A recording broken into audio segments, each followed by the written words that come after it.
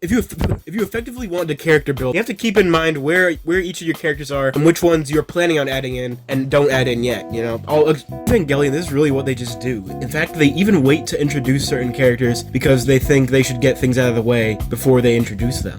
You have to think in a way where you're like, if this thing happened and so is out of the picture, and this can be multiple characters too, then what could we get out of this? And thinking like this, and near the end, there's that one angel where they have to pull out the Spear of Longinus, which is like, but in this context, it's like super massive, and they're using it to keep one angel down. But them having to use the Spear of Longinus compromises that angel that they're keeping in chains, and that eventually leads to the end of the show. And in the end, they're doomed. And just like, you have to be flexible with this type of thing, because in the end, it can end up being better for your story, having the villain win in the end. And that's what happens at the end of Evangelion. And this ends up being the best thing. It just gets to the root of the story, really. I wasn't expecting Evangelion to end that way. I had seen the congratulations scene at the end before, just around, and what I assumed happened before that was like a big fight with the mechs, but no, that's not what happened. It was just a psychological nightmare, and then it just ended, really.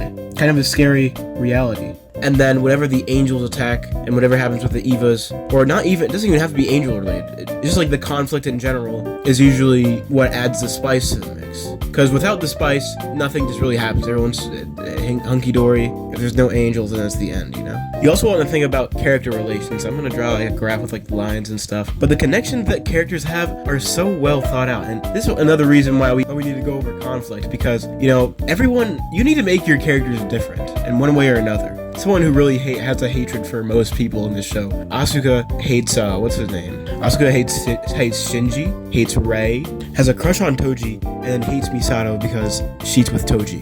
Most of our all of our main characters usually feel one way about mostly everyone in the show. Like, Shinji looks up to most adults in this show, as you would if you were 14, and he wants to please his father. And he's really just a wimpy kid. Meanwhile, Rei is she became very nonchalant. While Rei is basically neutral on most people and most things, except she has a thing for Shinji's bloodline or something.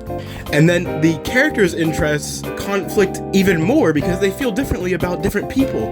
Like how Shinji isn't like his father because he neglects him, but Rei has a crush on his dad, or how Asuka likes Koji, whatever the guy's name is. But Shinji looks up to him, and Misato, you know, flirts with him and stuff. And so Asuka doesn't like Misato that much.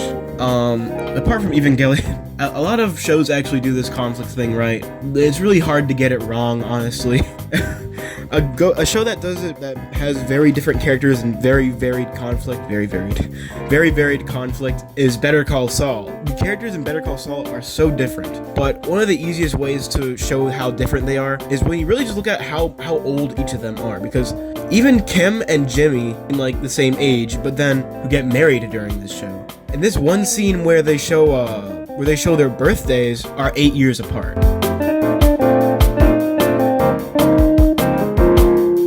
Why threats even appear in the show at all. Whatever is the subject of the episode or the angel that attacks is usually, the episode usually starts with a problem, and then the angel attacks, and then it gets resolved through whatever, like it just forces them to speak. I can't really explain it. It's just, you act under pressure type stuff. Episode after episode challenges a different facet of this show. Whether it be like, oh, what if someone tripped and fall, and what if someone accidentally runs over someone else, or what if the Eva doesn't work anymore? What if the mech suit doesn't work anymore? What if there's a power outage? What if Gumball and Darwin get stuck in a forest? For example, where Shinji experiences some serious father neglect, and then out of nowhere, his father hangs up. For context, Shinji and his father do not have the best relationship, and the call actually cut because of a power outage. And since there's a power outage, this leaves the three, Misato and whatever his name is, trapped in an elevator. And this leaves everyone who's down there to basically rely on the fact that Shinji's father, the leader of the operation, has faith that the three will come down, especially Shinji, which they need. And once the three do eventually make it underground, they see Shinji's father. He witnesses his father slaving away and interprets it as a self-sacrifice, a courageous self-sacrifice, and that they manually put the Evangelion together since there was no power. And by the end of the episode, leaves with a different idea of his father. Situations like this in cartoons usually come about to bring out a certain nature in its characters. Like in SpongeBob, where Squidward leaves so that utopia with a bunch of other squids and realizes he wants to go back. Or The Boy Who Cried Wolf, or Hansel and Gretel, and it goes on and on.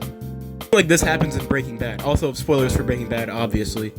When Gustavo Fring gets blown up, it leaves the mantle of drug kingpin to Walter White. And Walter like quickly loses control. It just makes you realize how incompetent Walter is. And even Mike points this out by saying that everything was fine and dandy until he decided to blow everything up. And this sole action of Walter's end is what obviously made his kingpin and pinany. What is this word I'm trying to say?